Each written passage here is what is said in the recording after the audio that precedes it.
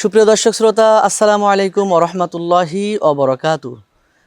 রাসূল আকরাম সাল্লাল্লাহু আলাইহি ওয়াসাল্লাম হাদিসের মধ্যে বলেছেন, আস-সাওমু লি ওয়া আনা আজজি বিহি।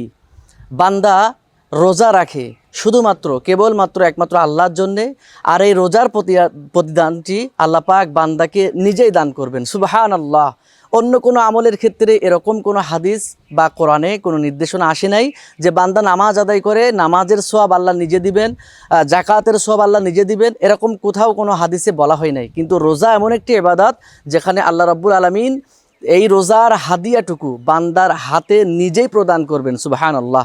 সুতরাং সুপ্রিয় দর্শক শ্রোতা, পবিত্র মাহে রমজানের প্রত্যেকটি রোজা আমরা যেন যত্নের সাথে রাখতে পারি এবং আল্লাহ পাকের সন্তুষ্টির অর্জনের পথে যেন আমরা চলতে পারি।